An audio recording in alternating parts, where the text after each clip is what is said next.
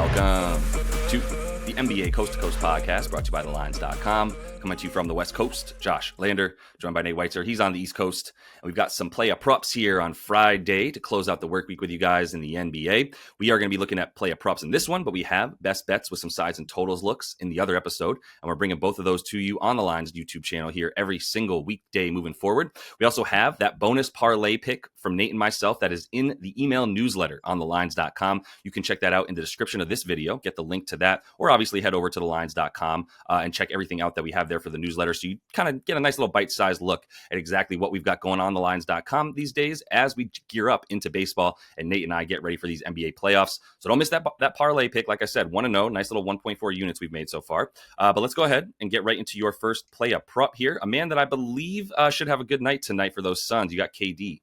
Yeah, and we do have KD as one leg of that parlay. I will tease it to the newsletter, I guess, open it, see what the other leg is there. But yeah, 25.5 points is his core line here. And minus 115 available still at DraftKings. Otherwise, you got to bump it up one. And because, I mean, the matchup looks pretty good here. I mean, and he looks kind of motivated. He had words with Coach Bud, and then in the second half, just like completely led that comeback. 26 points in 24 minutes in just a half against the Clippers. He's now had 41 in the last two second halves on 36% usage. And so all the chatter about the Suns not making the playoffs, KD being traded in the offseason, like it's all in a sense motivating for him because like as far as legacy, it's just like, okay, you're getting booted from another team that's not the Warriors, or like you're gonna go be a mercenary somewhere else. Okay, you know, empty calories, whatever the chatter is, and he's got rabbit ears for that stuff. So he's coming out trying to finish the regular season really strong to be like, all right, like it's how you built the team around me. Like I still got it. As far as the matchup though, like, I love the fact that Denver forces you to score and they don't guard the wing very well. I mean, Aaron Gordon, you're mentioning might not be able to go is why you're talking about the Joker. But I mean, even if he plays, he hasn't been healthy. He hasn't been the same defender he has in recent years. And he's not the right matchup for KD, who has, he's just too quick off the dribble for him and has cooked him last 5 against Denver, 29 a game, 37% usage. The only time he went under this just by 2 points is when he didn't play the fourth quarter of a blowout in December. But it's because I expect the Suns to be down, hopefully not down like 20 plus, but he's gone over in 6 straight when the Suns enter the game as dogs, and he's 3-4 in their last 7 as favorites. So it is that kind of like chip on my shoulder, like I'll show everybody that I can keep this team competitive. Again, he's also averaging 29 a game his last 6 without Beal, who is questionable as always. And the Nuggets, I mean, they've been kind of lucky post All-Star break, giving up the 4th most mid-range attempts, and opponents are shooting the worst percentage in the league against that. And KD's going to fix that. Like, I mean, especially, without Gordon, Julian Strawther, whoever else is out. They're just not going to have many answers for him, and they're just going to be concerned about scoring on the other end with the Joker, as he usually does. Yeah. Yeah, no notes, but I do have to give a little bit of opinion here, which is like I'm over KD and I'm over Draymond. So both those guys from the saga in Golden State, I'm over both of them. I'm just over both of them. KD, yes, he's an incredible player, and all of the sort of afterthoughts that you brought up that people are saying here and there on Twitter, the empty calories, whatever. He did it to himself. He did it to himself. But what you cannot take away from him is the fact that there are not 10 players in the history of the NBA that can put the ball in the bucket from any part of the court like Kevin Durant can. There are not 10. There probably aren't 5. So we'll continue to back him to be able to score his points for sure.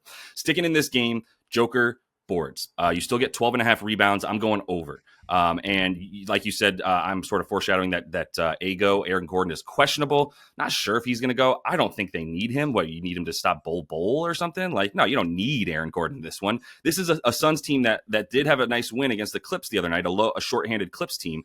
So do with that what you will. Like, you can't just walk into a game against Phoenix and just be like, this is going to be a cakewalk because they've had such a bad season and there's turmoil and like you can't. They still have 2 of the best scorers in the NBA, 3 if Brad Beal plays. Say what you want about him, he's still going to be a top 25, 26 scorer in the league. So without those guys, without Brad Beal too in this one, I do like the idea of Joker being able to just sort of stick with a taller player, like we're going to see Plumlee in there. We're going to see Nick Richards, and I don't know how much bowl you can actually play against his former team, but we'll see. If you look at him without Ago, he's at 14.4 rebounds per game. So if Ago is out, this 12.5 is great, right? With Aaron Gordon on the floor out there, he's at 11.7 boards per game, except for in the last like 7 with Aaron Gordon. He's sort of come back to life. And I think it's less to do with Aaron Gordon. I only bring Gordon up because if he's out, it's a smash spot.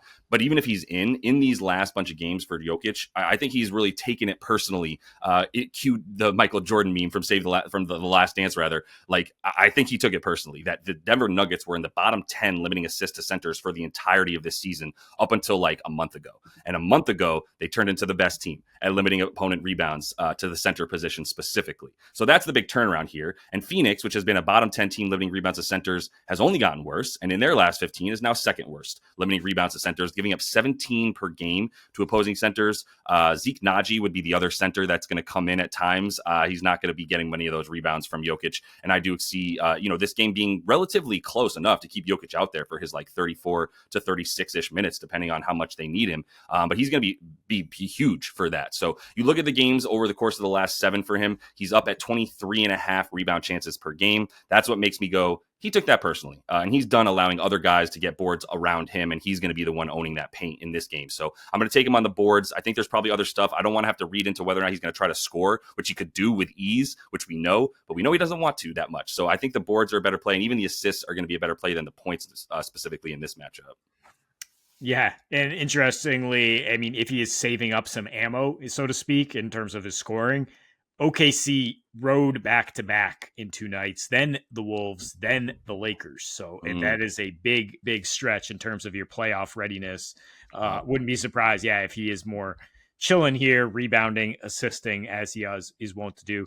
You threw in a save the last dance there? I just mean the last save the last dance. I corrected myself. had to come back to that. But yeah, pick 2 here, Jonas Valanciunas, who just had a nice game against the Joker. Let's take him again, over 15.5 points. Again, leaving out the rebounds or assists. I mean, he had 6 assists on 5 potential assists in that game. So that screams regression. And I still don't like the rebounds because I actually really like over 233 in this game. The Kings defense has been good from a points perspective recently, and that's just completely strength of schedule. And now they face a Spurs team that's up in pace, that has De'Aaron Fox absolutely looking to light them up. I actually just hit a parlay with Jonas 15 and Fox 20 to get plus 140. I don't see a way where Fox doesn't get 20 against his former team here.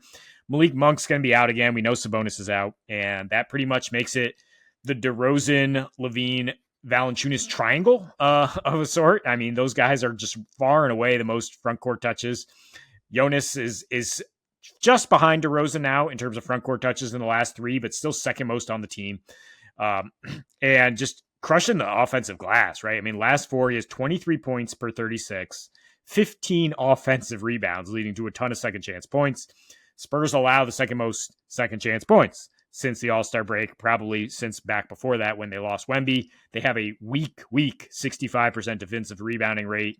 They allow the 6th most points, 3rd most assists to centers. So actually, I think you could still add the assist despite that like regression flag. I mean, 5 potential assists is fine when we're still only adding like 3 for his prop here. But most importantly, I mean, he should be able to score down low because of the second chance, because the Spurs allow the most field goal attempts in the restricted area and second most paint points. Again, since losing Wemby, no rim protection whatsoever. The one concern is that they like try to play him off the floor by going small, but I don't think the Kings like they can't really do that. They don't have, he doesn't have the pieces. I mean, you could get a little more Trey Lyles in there, but Joe Val's good for his 25 to 30 minutes here as long as the game's competitive. And weird thing, like, does he have something against Pop and the Spurs, or is he just like maybe grew up a Spurs fan in Lithuania? 15 plus points in 14 straight games against the Spurs, dating back to when they were championship level teams. So I guess he likes this matchup, but he just likes seeing that uniform.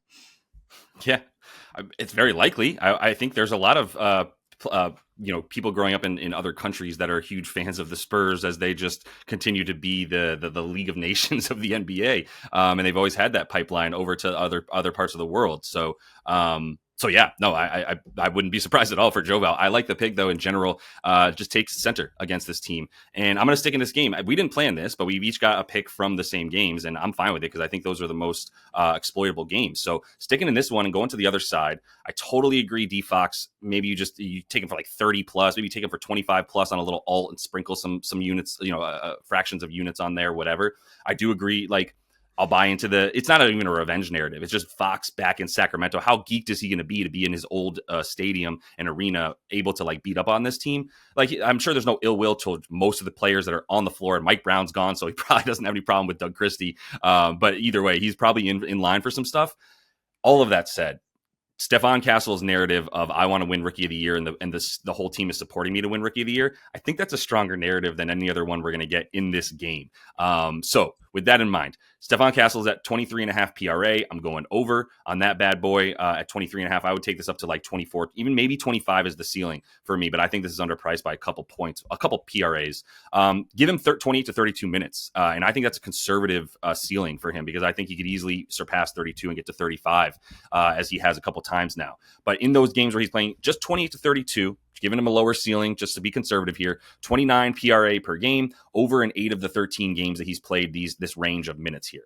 Without Wemby with this range of minutes, we're talking about over in 3 of 5, and that goes up a little bit to 30.6 PRA per game. Like I said, gunning for Rookie of the Year award, and that became obvious 4 games ago when he went from playing 22, 12, and 18 minutes in the 4 prior games to playing 32, 33. There was one 29-minuter in there because of the blowout win against the Nets the other night, but this man is playing as many minutes as it takes before this game is out of control, right? Or is this too far gone one way or the other? But I will say, this Kings defense on the season, very, very good. We've been kind of flabbergasted a little bit by how they're so good. I guess it's that drop defense, right? They're just dropping all the way down to the rim. So they're good at limiting the restricted area. They're not good at limiting the extended paint. They're not good at either anymore.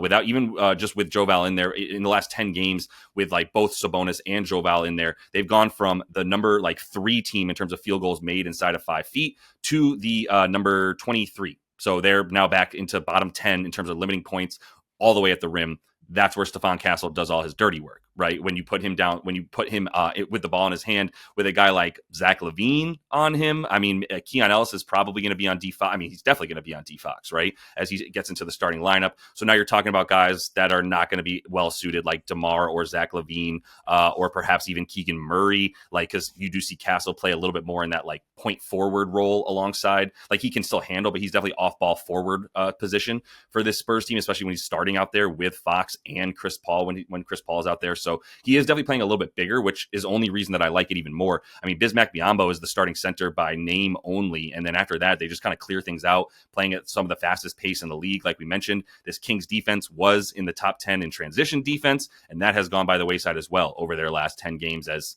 once again, Zach LaVine is there. So this is going to be a big offensive game. I think you're right when you called out how like points have not been as easy to come by for Kings opponents. Who have they been playing, right? Not this team who is playing so much space, and Stephon Castle has no good defensive matchup on the other side for him. Love it. Yeah, he's pretty much got this thing locked up and would love to just, cash that 2-1 ticket on Rookie of the Year. Now the best price is -240. Jalen Wells is in second at 4-1. Wow. Castle's been on a tear. He's been double-digit RA in his last 4, and it's only 7.5 with even odds here and in a pretty good matchup. So, yeah, even without the points, I like that. But, he's been going for 20+, and like you said, if Keon Ellis is on somebody else, he's got the matchup to cook. Yeah, he'll have a good day. So that's all the time we have for you in this one. Definitely want to make sure to subscribe to that page. Check out the link in the description of the video as well for that email newsletter. Really helpful stuff in there to keep you up to date on everything you need in the sports betting world moving forward. Plus that bonus parlay pick from Nate and myself. So hopefully you check that out. And until we see you next, happy betting.